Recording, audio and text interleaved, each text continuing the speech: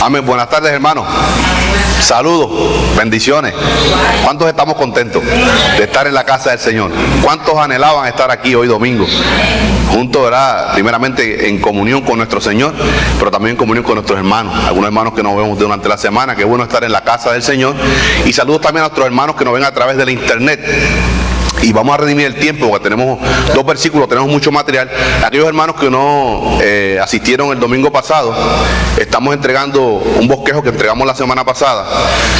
Muy interesante ese bosquejo porque detalla todos los eventos desde el rapto de la iglesia hasta la consumación de los tiempos, hasta el estado eterno. Y ahí estamos desglosando los 3 días: día de Jesucristo, día de Cristo, día del Señor o día de Jehová, y el día de Dios. Y esto lo entregamos para que pudiéramos estudiarlo durante las semanas, para poder entender, tener un poquito más de amplitud en el entendimiento de Zacarías 12, 13 y 14. Y aparte, hermano, para que podamos entender la profecía escatológica, ¿verdad? Lo que Dios tiene en control, el plan eterno de Dios, y que tendrá su perfecto cumplimiento porque así lo ha designado el Señor. Así que vamos a redimir el tiempo y vamos a dar una lectura muy breve. Aquellos hermanos que están recibiendo el documento, nos disculpan, los hicimos en letra 10 puntos, una letra pequeña, para que pudiéramos acomodarlo en una sola página por los 2 lados. Pero con unos buenos lentes podemos verlo claramente.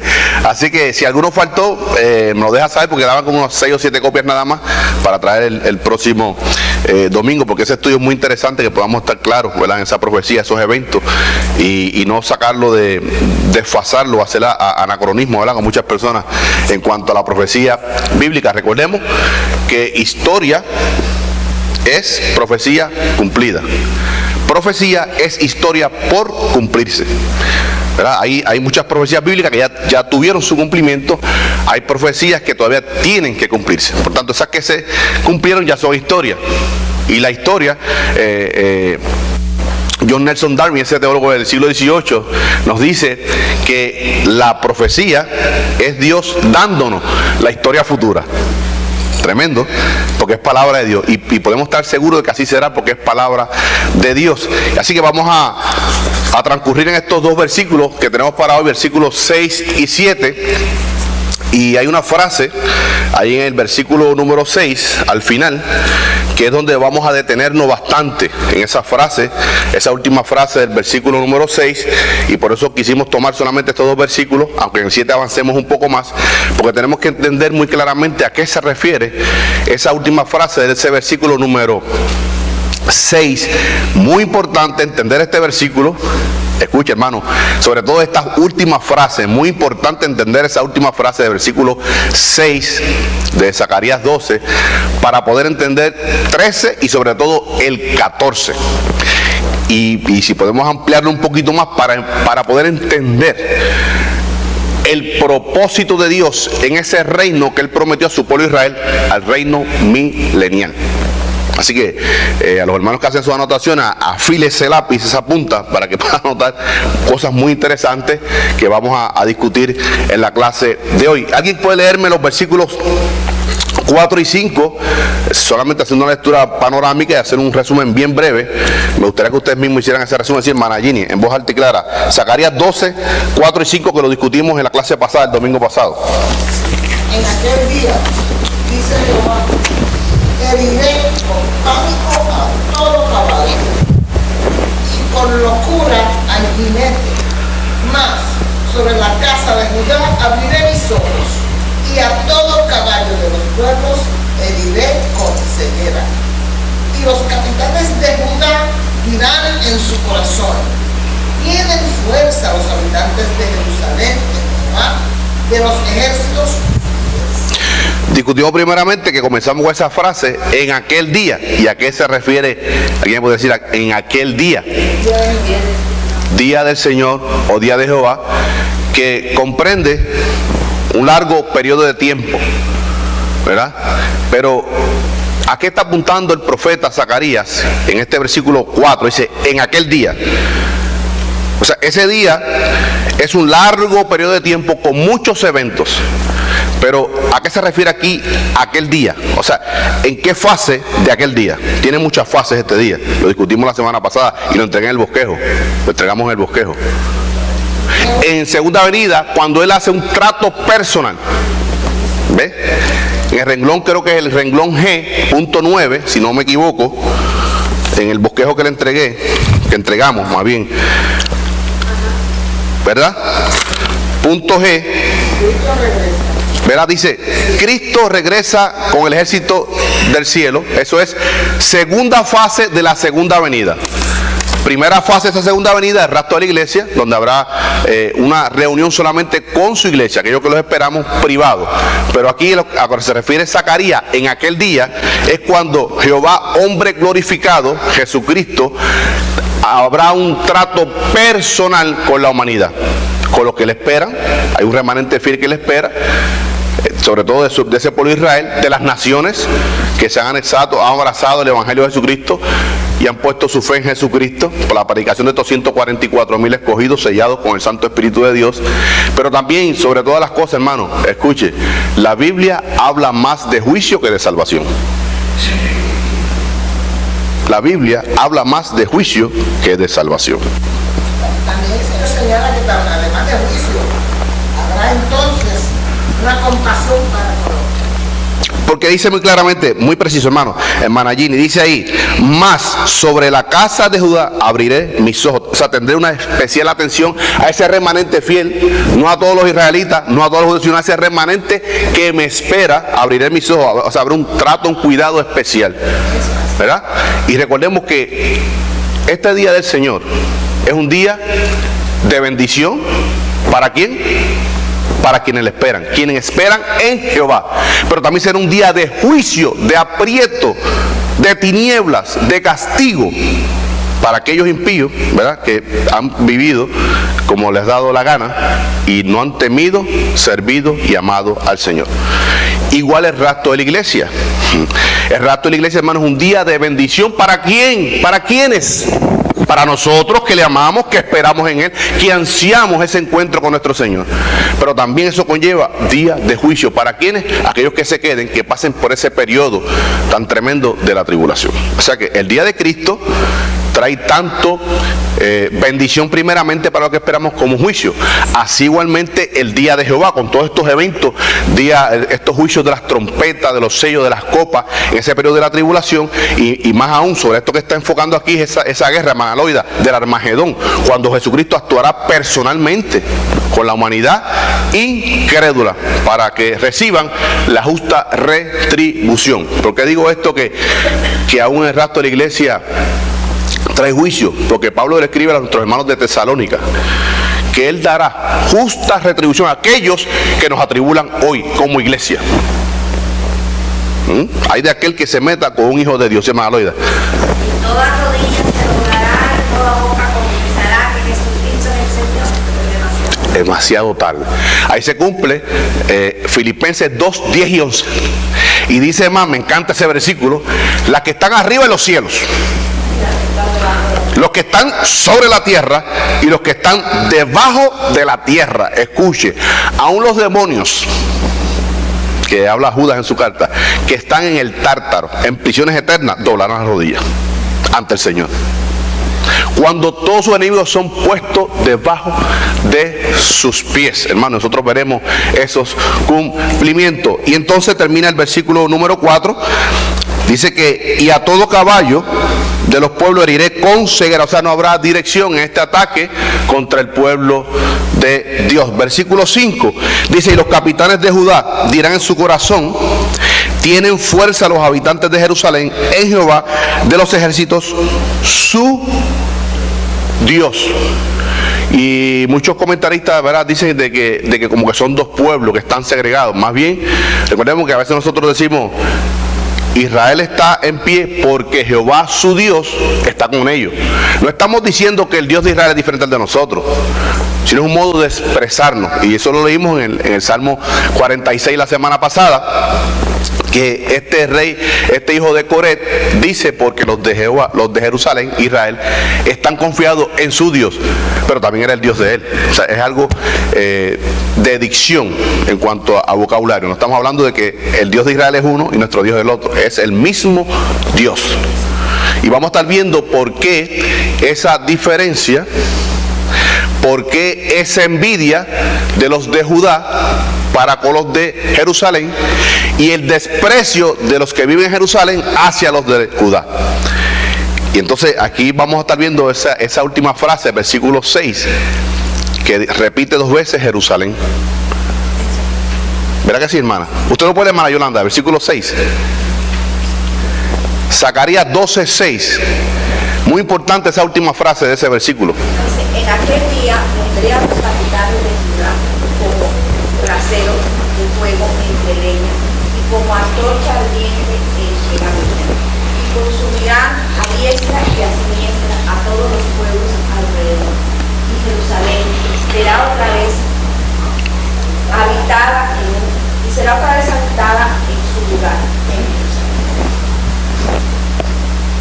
Escuche, hermano, esa última frase. Y Jerusalén, la ciudad, será otra vez habitada en su, artículo determinado, en su lugar, en Jerusalén.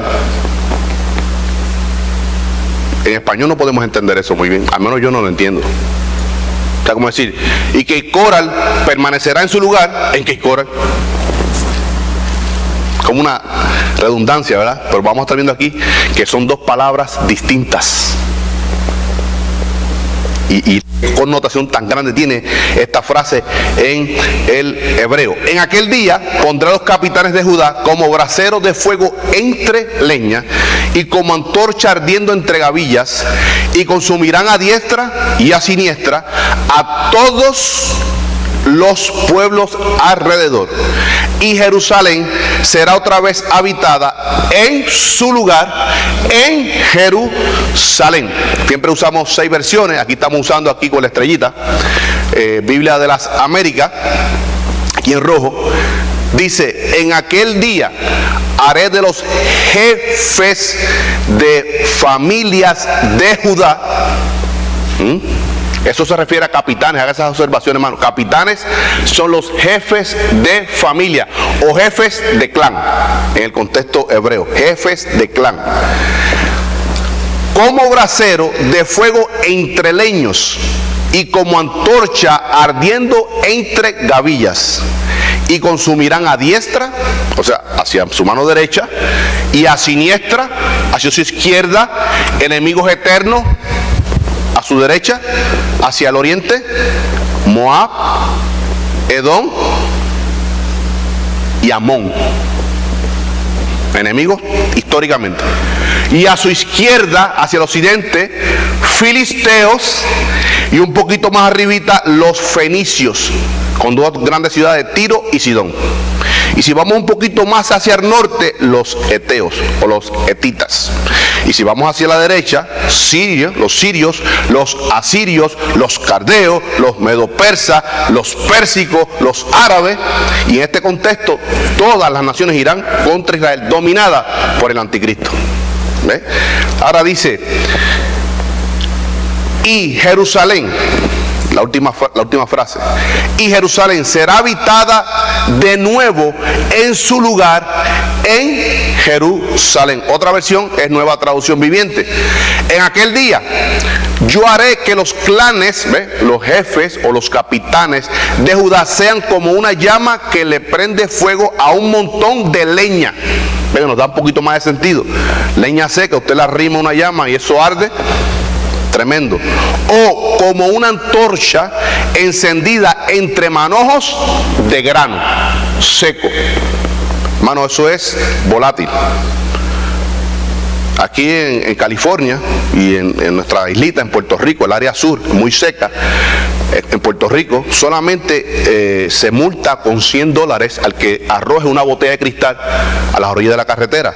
Porque en el tiempo seco, sobre todo ese periodo de cuaresma, marzo y abril, con el sol calentar el vidrio, enciende miles y miles de acres. porque la paja está seca. A eso se refiere aquí. Dice, destruirán con fuego a las naciones vecinas, a la derecha y a la izquierda, a diestra y siniestra. Mientras la gente que vive en Jerusalén permanecerá segura. Segura. Pero ¿quiénes son esos que permanecen seguras? Todos los que estén en ese tiempo esperando al Señor. ¿No? ¿Quiénes? Los que han creído en Él, que han lavado su ropa en la sangre de su Redentor, de su Mesías, Jesucristo. Primera frase, aquí en rojo, letra itálica. Y siempre ponemos estos artículos en azul, o las conjunciones, ¿verdad?, para dar sentido a lo que estamos estudiando. En aquel día pondré a los capitanes, los jefes de familia de Judá, como brasero de fuego entre la leña y como antorcha ardiendo, una antorcha encendida entre gavillas. Dice, en aquel día se refiere a esa fase de la segunda venida, cuando Él entra en trato personal con la humanidad. ¿Ve? En esa fase de aquel día, que es un grande periodo y trae muchos eventos aquel día. Pero aquí está hablando en ese evento, la segunda venida, en esa segunda fase, que la planta de sus pies se posan sobre el olivete, el monte de los olivos. Y vamos a estar discutiendo ahí, que estuvimos discutiendo con un profesor, nuestro hermano Jesús González, sobre a qué se refería eso, que se hendirá el monte del olivete para hacer ese gran valle, que es el torrente de Cedrón o el valle de Josafat. Vamos a estar viendo si nos da tiempo en el día de hoy. Ahora dice, pondré a los determinados, o sea, definidos, a esos jefes de clanes de Judá, pero a los fieles, no a todos, a los que esperan a Jehová, como brasero de fuego entre leña. ¿Sabe qué es el contexto que es el brasero? ¿Alguien ha usado aquí brasero? Hermano Eladio. Es un recipiente donde la brasa, se hace fuego y eso afecta la brasa y eso se pone tan caliente como lo que está encendido. O sea, es como cuando uno prepara los carbones encendidos, usted los prepara afuera y cuando los tira contra los otros que están secos, los enciende inmediatamente. Es un brasero. Dice, pondrá a los capitanes, a los jefes de familia, a los jefes de clan, como un brasero de fuego, ya no tanto de leña ni de carbón, sino de fuego entre la leña seca. Coma, dice y añade algo más. Esa I es una I copulativa, está añadiendo más. Y como antorcha ardiendo, una antorcha con un fuego encendido entre las gavillas, que es grano seco, paja. Hermano, esto es combustible, ¿verdad? Ahora tenemos que entender, número uno, siempre estamos enfatizando en esto, hermano, para que podamos entender en un sentido gramatical lo que estamos leyendo. Siempre subrayamos esos artículos en azul, y voy a dar aquí oportunidad para que puedan notar los determinados, siempre el, la, lo, al, los, las, mi, mis, me, su y sus. Son determinados.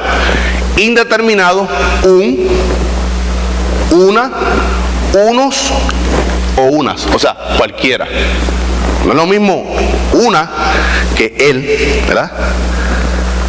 Y aquí está diciendo, dice ahí, a los capitanes definidos, o sea, esos capitanes, jefes de familia, que esperan en mí, yo los pondré como braseros. Sí, cuando termine de anotar, me dejan saber para pasar.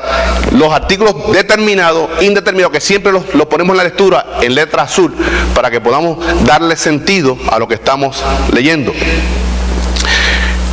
Determinados, el, la, lo, al, los, la, mi, mis, plural, me, su y sus. Indeterminados, un, una, unas y unos. Hay un versículo que siempre cuando estaba estudiando en el seminario yo lo leía, y cuando entiendo estas cosas me daba un poquito de coraje, pero ya he podido entenderlo, lo puedo leer y le doy el sentido que realmente corresponde.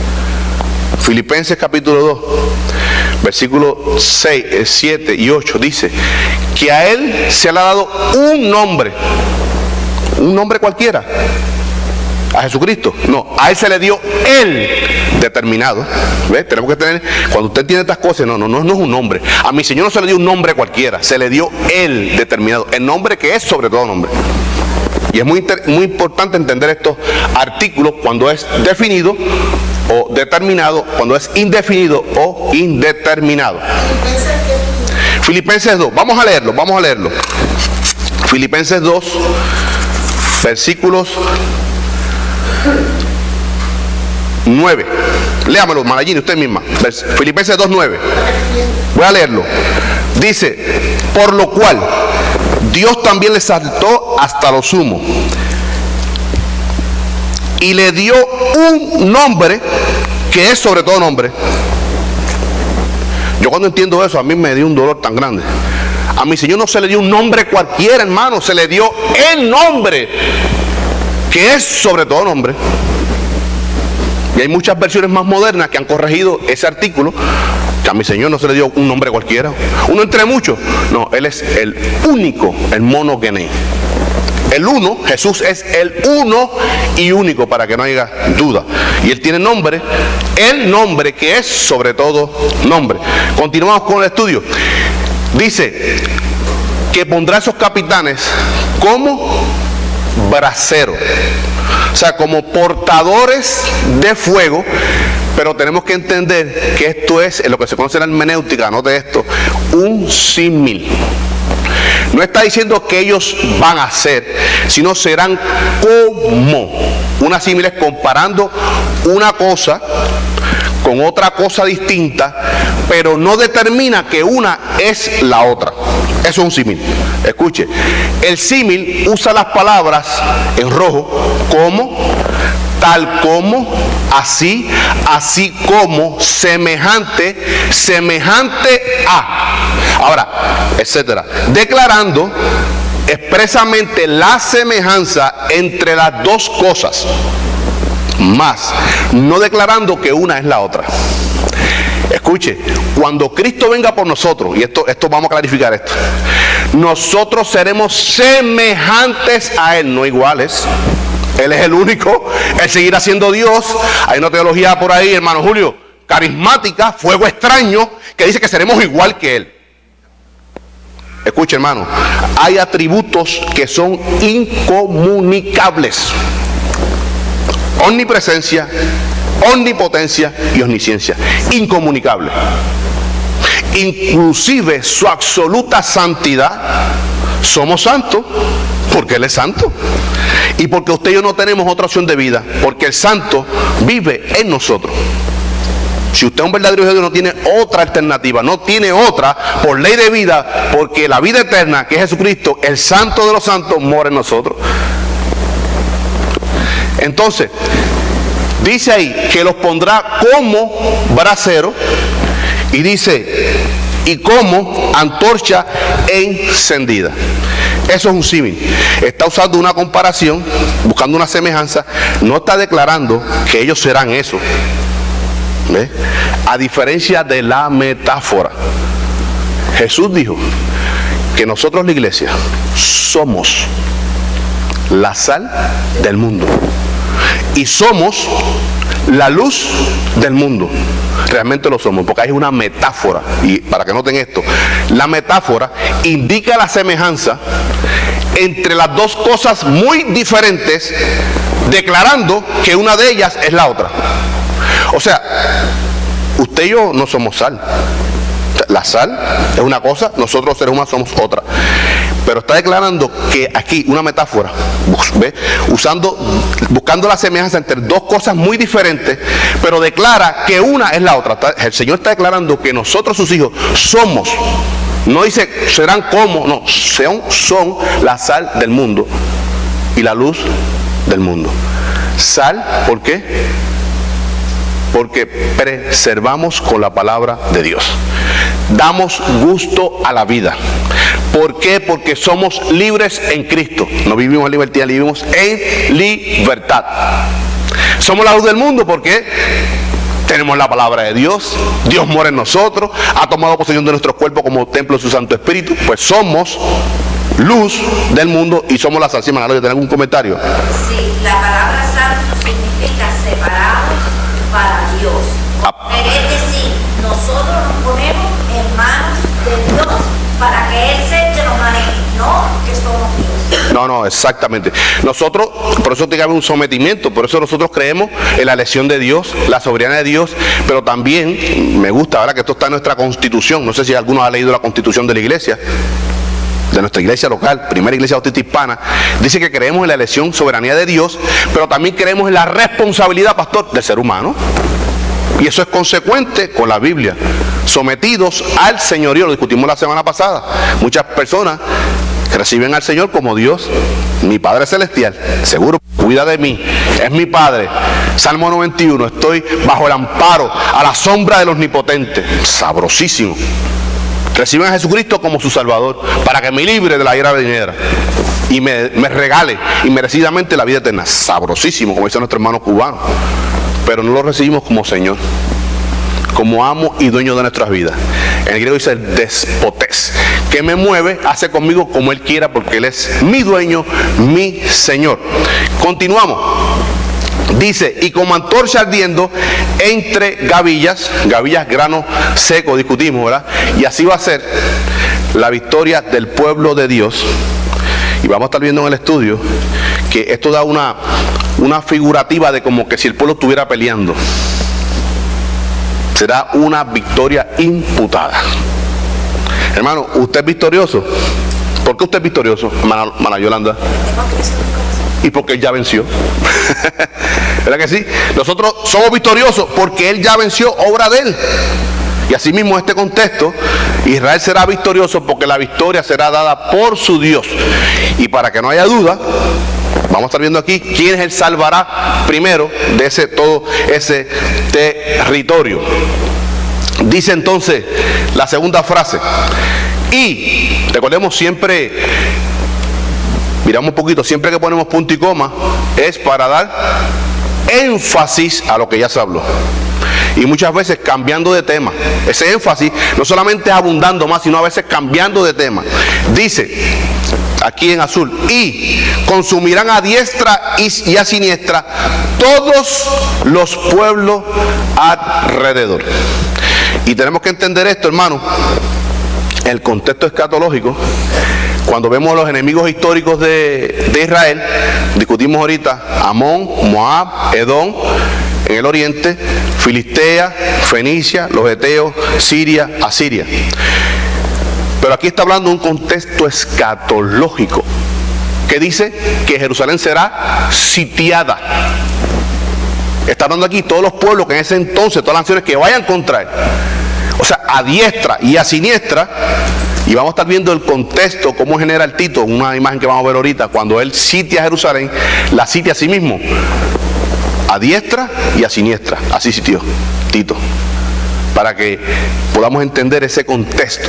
Aquí está hablando, el contexto inmediato de Zacarías, pues está hablando, recordemos que la revelación es progresiva, en esos enemigos que estaban siempre a la diestra y a siniestra. Pero en el sentido escatológico, todas las naciones irán para sitiar, acamparán en el valle del Meguido, en el valle de Jezreel. Jehová siembra, ¿verdad?, en el hebreo, para ir a sitiar a Jerusalén. Y esos enemigos serán destruidos, los que vengan a diestra y los que vengan a siniestra. Vamos a estar leyendo varios versículos en el contexto antiguo testamentario para que podamos darle un poquito más sentido. Aquí Isaías 47, aquí en pantalla usted lo anota, Isaías 47, 14 al 15, aunque está hablando del juicio contra Babilonia, es figurativo de juicio contra cualquier enemigo del pueblo de Dios.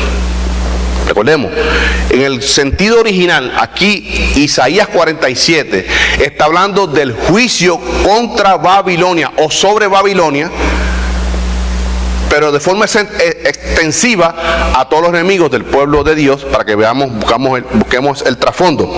Dice ahí, Isaías 47, 14 y 15, he aquí que serán como tamo, fuego que los quemará. No salvarán sus vidas del poder de la llama. No quedará brasa para calentarse, ni lumbre a la cual se sienten. así te serán aquellos con quienes te fatigaste, Israel. Aquellos con que tú toda la vida has estado en guerra, en batalla, defendiéndote, que hasta el día de hoy, hermanos, esos israelitas, hermanos, no duermen. No duermen porque están a la expectativa en que en cualquier momento sean atacados, para ellos responder. Dice, así te serán aquellos con quienes te fatigaste, los que traficaron contigo desde tu juventud. Egipto, 1572 antes de Cristo, esclavizó el pueblo de Israel. Desde allá viene esto, hermano. Los asirios esclavizaron al pueblo de Israel. Los sirios, y los sirios los mestizaron, los mezclaron para hacer pues fueran impuros. Dice, cada uno irá por su camino, no habrá quien te salve. Para Babilonia. Otro versículo es Abdías 18, anote eso. Dice, la casa de Jacob será fuego, y la casa de José será llama, y la casa de Saúl, escuche, estopa, y los quemarán y los consumirán, ni aun un resto quedará de la casa de Saúl, porque Jehová lo ha dicho. Abdías está hablando del juicio contra Esaú, que es Edom, figurativo del juicio a los enemigos del pueblo de Dios. Otro versículo, Malaquías. Escuche, hermano, el último libro escrito del Antiguo Testamento, y este es el último, escuche, y este es el último capítulo del Antiguo Testamento. ¿Y con qué termina esto? Con el advenimiento de Jehová. Hermano, esa era la esperanza viva del pueblo de Israel, su Mesías, que 400 años después viene su Mesías y lo rechazan. Malaquías termina, o más bien cierra el canon bíblico del Antiguo Testamento con la venida del Señor Jehová. Dice Malaquías 4, 1 al 3, porque aquí viene el día ardiente como un horno. Recordemos lo que leímos en Isaías, castigo para con Babilonia, figurativo del castigo para todas las naciones. El segundo versículo, Abdías 18, contra Edom o Esaú, ¿verdad? Era un castigo local, pero aquí Malaquías está hablando del castigo escatológico en su segunda venida. Dice, y todos los soberbios y todos los que hacen maldad serán estopa. Aquel día que vendrán los abrazará, ha dicho Jehová de los ejércitos, y no les dejaré ni raíz ni rama. Más, ¿qué es más? Conjunción adversativa. O sea, por el contrario, está cambiando de tema.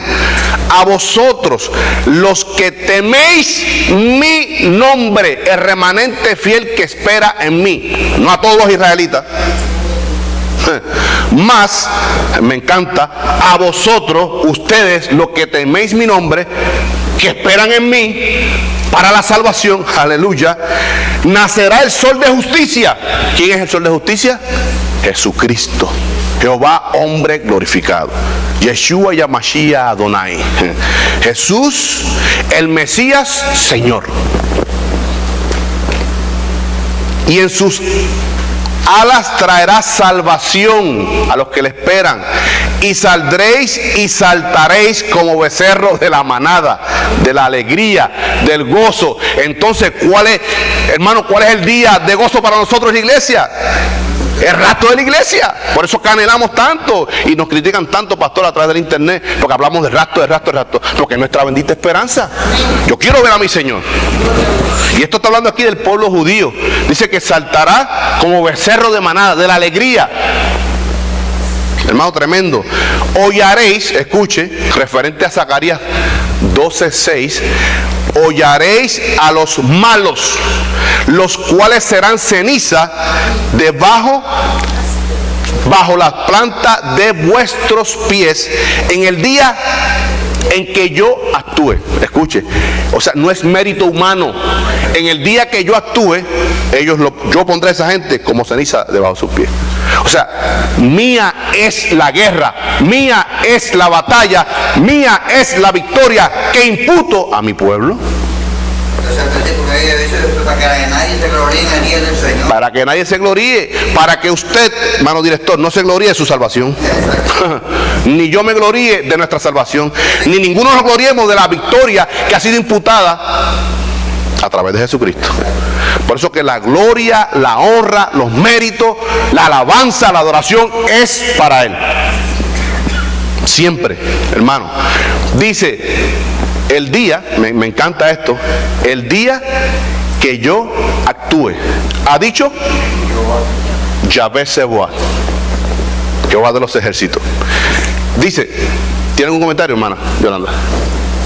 Dice, al final, dice, y Jerusalén será otra vez habitada en su lugar,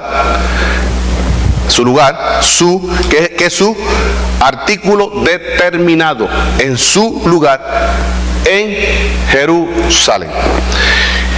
Y vamos a estar viendo aquí ahora por qué dice ahí, y Jerusalén, que es la ciudad asentada en un monte, y ese monte tiene otro pináculo donde estaba enclavado el templo, y donde estará enclavado el templo del milenio.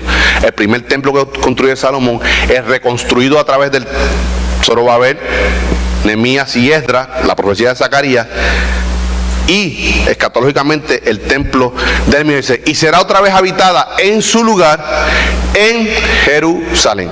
Tenemos que entender primeramente, hermano, que esa primera palabra, Jerusalén, no es la misma palabra de al final de Jerusalén.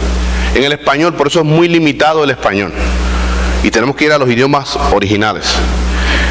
Y a veces nos preguntan, pero hermano, pero es que nosotros no tenemos acceso a ese idioma original o no lo entendemos.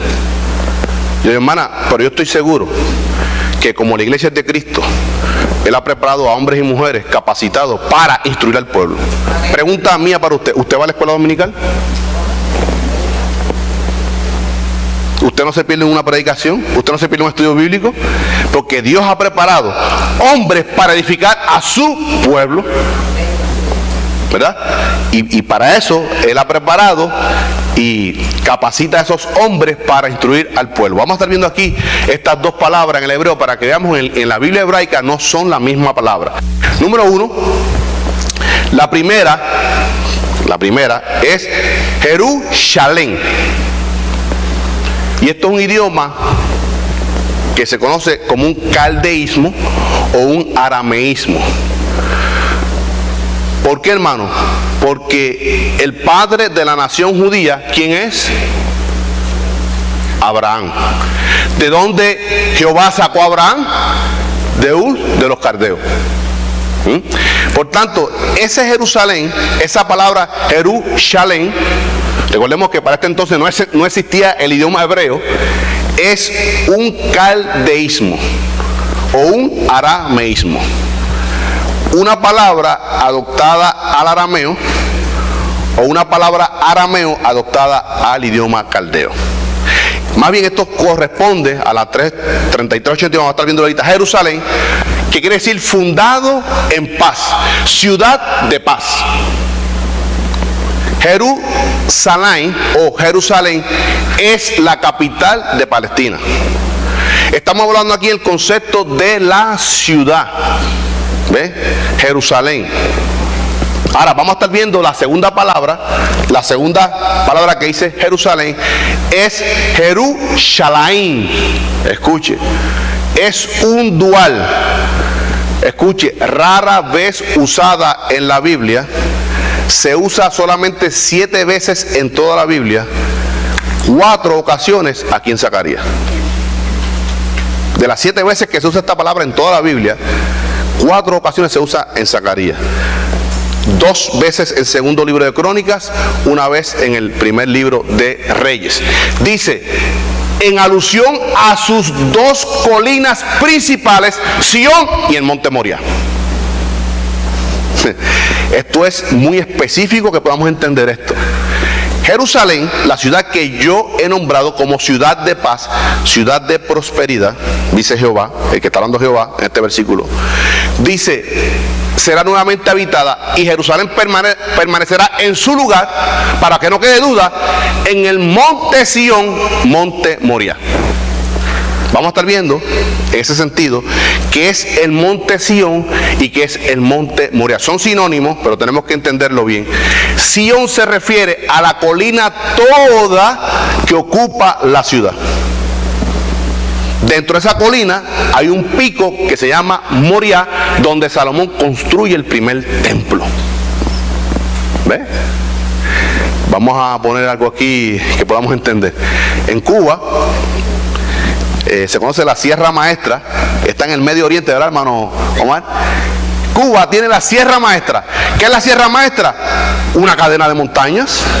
Se conoce todo eso, Sierra Maestra, como un conjunto de varias montañas, pero hay montañas que tienen su nombre individual, ¿verdad? En Puerto Rico tenemos la Cordillera Central, que comienza en el oeste, en el pueblo de Maricao, y termina en el este, en el pueblo de Ceiba, y esos son muchas montañas con su nombre: Cerro La Santa, el Yunque. Inclusive, aún el mismo Yunque, que es el monte más alto de Puerto Rico, tiene diferentes pináculos: Mabritton, La Mina, creo que son como 3 o 4 más montículos. Así es Sión.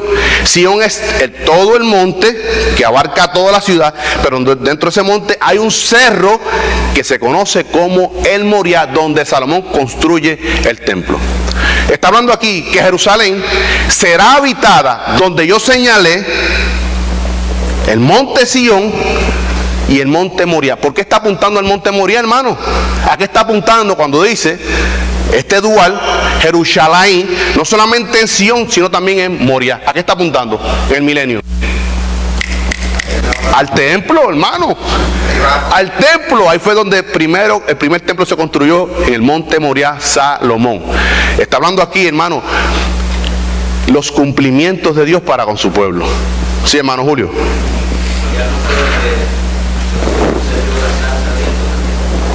Escuche, anote esto.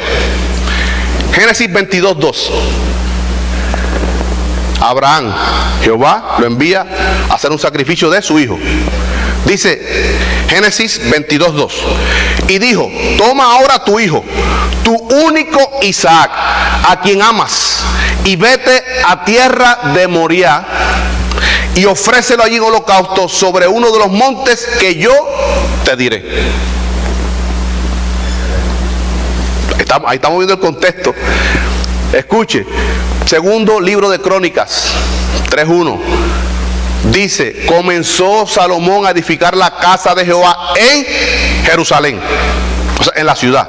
Pero de esa ciudad, en el monte Moriah, que había sido mostrado a David su padre, en el lugar que David había preparado en la era de Ornán, Jebuseo. ¿A quiénes expulsó David allí? A los jebuseos.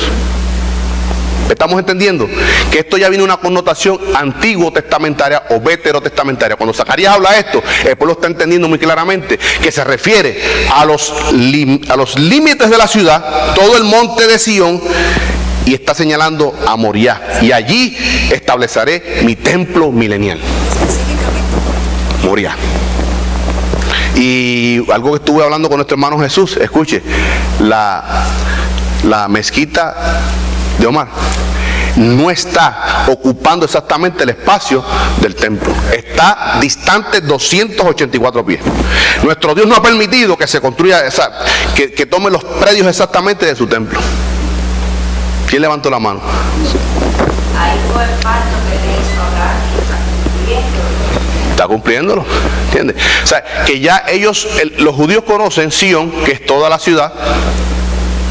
Pero hay, dentro de ese monte, hay un montículo que se conoce como Moriah, que es el lugar del templo. Vamos a estar viendo aquí varias imágenes. Dios permita que podamos... Sí. La primera fase se la agrego lo de arriba o lo de abajo. ¿Perdón? La primera fase esa que usted va a decir que está dividido Jerusalén en 2 fases, te dice. Esa se la agrego la primera arriba, en la primera fase y al otro en la segunda. No, la primera que dice Jerusalén se refiere a la ciudad, sí, que es ciudad de paz, capital de Palestina, capital. Entonces se lo agrego la primera fase. Entonces, exacto. En la segunda fase, cuando él venga en su rey, cuando un trato personal primeramente para cometer todos estos juicios y para implantar su reino milenial, está hablando ahí que Jerusalén será habitada en ese monte de Sión, y en Moriah edificará el templo milenial. O sea, para estar bien seguros, vamos a estar viendo aquí unas imágenes para ver si podemos ver esto un poquito más detallado. Esto es Jerusalén en varios diferentes tiempos para que podamos ver. Esto que está aquí se conoce como la ciudad de David. Después vamos a estar dando un poquito más de apertura. Ciudad de David. Y esto que está aquí es el monte Moriah. Escuche. Ahora, todo esto limítrofe, este es el torrente de Cedrón o el valle de Josafat. Todo esto limítrofe que está aquí, si lo está viendo, es un monte que es el monte Sión. Todo esto es el monte Sión, y enclavado en ese monte está esta colina Moriah, donde está, esto para el tiempo de Herodes. Vamos a estar viendo un poquito de zoom aquí para que podamos ver un poquito mejor. Esto es el monte del templo. Esto es, esta colina comprende lo que es el monte Moriah. Si vamos un poquito hacia el sureste, este es el valle de Cedrón o torrente de Cedrón, valle de Josafat, que dice Joel que es el valle de la decisión. Y por eso discutía con nuestro hermano Jesús y un profesor de hermenéutica de por qué tiene que partirse en dos el monte de los olivos. ¿Para qué? Para dar cabida a esa gran matanza que habrá allí. Dice, usando un mensaje hiperbólico, dice que la sangre, será tanta la sangre que llegará hasta los frenos de los caballos. Es un sentido hiperbólico para que veamos que habrá un tremendo derramamiento de sangre. Ahora, hacia aquí está lo que se conoce como la ciudad de David. Vamos a achicarlo un poco. Esto es la ciudad superior, o el Upper City, lo que se conoce como la ciudad alta, donde viven hoy día los judíos adinerados. Escuchen. Está hablando del fuerte de Herodes. Aquí está lo que es la tumba de Arimatea, el Gólgota o el Calvario, donde fue sepultado nuestro Señor. Pero esto hoy se conoce, esto que está aquí, como el barrio cristiano. Como el barrio cristiano. Y estos son los muros, según el historiador Josefo, para el tiempo de Jesucristo. Voy a estar dando algunas imágenes más aquí para que veamos cómo ha sido este desarrollo de Jerusalén históricamente. Esto es Jerusalén en el Antiguo Testamento. Voy a darle un poquito de apertura. Esto es templo o la colina, monte Moriah. Todo esto aquí es el monte, ¿ves? Y esto que está aquí es el templo. Voy a darle un poquito más de apertura. Esto es el templo, el altar, el holocausto y el complejo del palacio. Hoy día la mezquita de Omar ocupa esta área de aquí, no exactamente donde originalmente se construyó el templo de Salomón y se reedificó el templo que estamos hablando ahora para el tiempo de Zacarías, que se inauguró en el 516, que es la reedificación, no una construcción, la reedificación del templo de Salomón en el tiempo de Esdras, Nehemías y estos profetas Ageo y Zacarías. Por tanto, todo esto que está aquí comprende lo que es Sión. Pero dentro de ese gran monte está este montículo o este pináculo que es el monte Moriah. Ese es el sentido de este versículo número 6. Y Jerusalén será habitada en su lugar, en Jerusalén. O sea, en el monte que yo escogí, monte Sión, dentro de ese monte está el Moriah, donde yo establecí que se construyera mi templo y donde yo voy a construir el templo milenial. Es profundo, hermano, esta frase, y vamos a estar viendo en ese sentido a qué se refiere esa palabra cuando Jerusalén se comprende de dos, o sea, una palabra compuesta, dos palabras. Escuchen, dale sentido a lo que estamos estudiando. Dice Yara, es la primera palabra que compone lo que es Jerusalén. Raíz primaria, propiamente dicho, de fluir como agua, es decir, lluvia. Y lluvia siempre en la Biblia se refiere a bendición. transitoriamente, escuche, esto es importante, apuntar, destacar, como si se señalara con un dedo. ¿Qué está hablando aquí? Señalar con el propósito de escoger, de elegir. Jehová escogió el monte Sión para que fuera fundada Jerusalén. Y de allí señaló el monte Moriah para que se construyera su casa, su templo, donde su Shekinah, su presencia estará allí para estar en comunión con su pueblo. Hermano, no es en otro lugar que se establecerá el cuartel general del milenio, que es Jerusalén. Porque Yará significa señalar con un dedo, ¿verdad? Señalar, escoger. La otra palabra de Jerusalén es Shalán, raíz primaria de ser, estar, de estar seguro, en mente, cuerpo o estado. Escuche. Figurativamente, ser completo. Por implicación, ser amistoso. Por extensión, en varias aplicaciones, pacífico, hacedor de paz y próspero. Todas estas cosas, hermano, tendrán cumplimiento en el milenio. Habrá paz en Jerusalén, ¿verdad? Porque allí está ¿quién? El príncipe de paz. Y habrá prosperidad para aquellos que le esperan. O sea que Jerusalén, ciudad que Dios escogió. ¿Por qué la escogió, hermano? Porque Él es soberano. Porque Él es Dios. ¿Por qué escoge al pueblo de Israel y no escoge al pueblo de los caldeos? Porque Él es soberano. ¿Por qué lo escogió a usted para salvación y no escoge a otro? Porque Él es soberano. Dele gracias a Dios de que lo escogió a usted para salvación. Son cosas, hermanos, que no podemos entenderlas aquí, las entenderemos cuando estemos entonces, cuando estemos delante de Él, conoceremos cómo hemos sido conocidos. Por tanto, a eso se refiere del monte, de que Jerusalén será habitada y en su lugar Jerusalén. Vamos a estar viendo aquí varias imágenes de Jerusalén. Estoy viendo hacia del norte hacia el sur, hermano. Esto es lo que se conoce como la mezquita de Omar. El templo originalmente estaría como este lugar aquí. Era el lugar que ocupaba. Todo esto que está aquí, hermano, todo este entorno, aquí estaría el barrio, esto es lo que es el barrio cristiano. Todo este entorno que está aquí, todo esto es el monte de Sión, todo este territorio. Pero dentro de ese monte de Sión está este cerro que es Moriah, donde está el templo. El Señor está diciendo, Jerusalén será habitada como yo señalé eternamente para escogerlo a Él. Y allí estará mi templo para comunión con mi pueblo. En aquel entonces el milenio. Vamos a estar viendo otra foto un poquito más cerca. Esto es del Monte de los Olivos, mirando. Y esto es muy interesante, hermano Julio, 2 minutos. Mirando hacia el lugar donde estará el templo. Y esta puerta, que es la puerta de Oriente, o puerta dorada, está sellada. Pero por ahí entrará nuestro Señor. Por ahí entrará nuestro Señor. Está sellada hoy.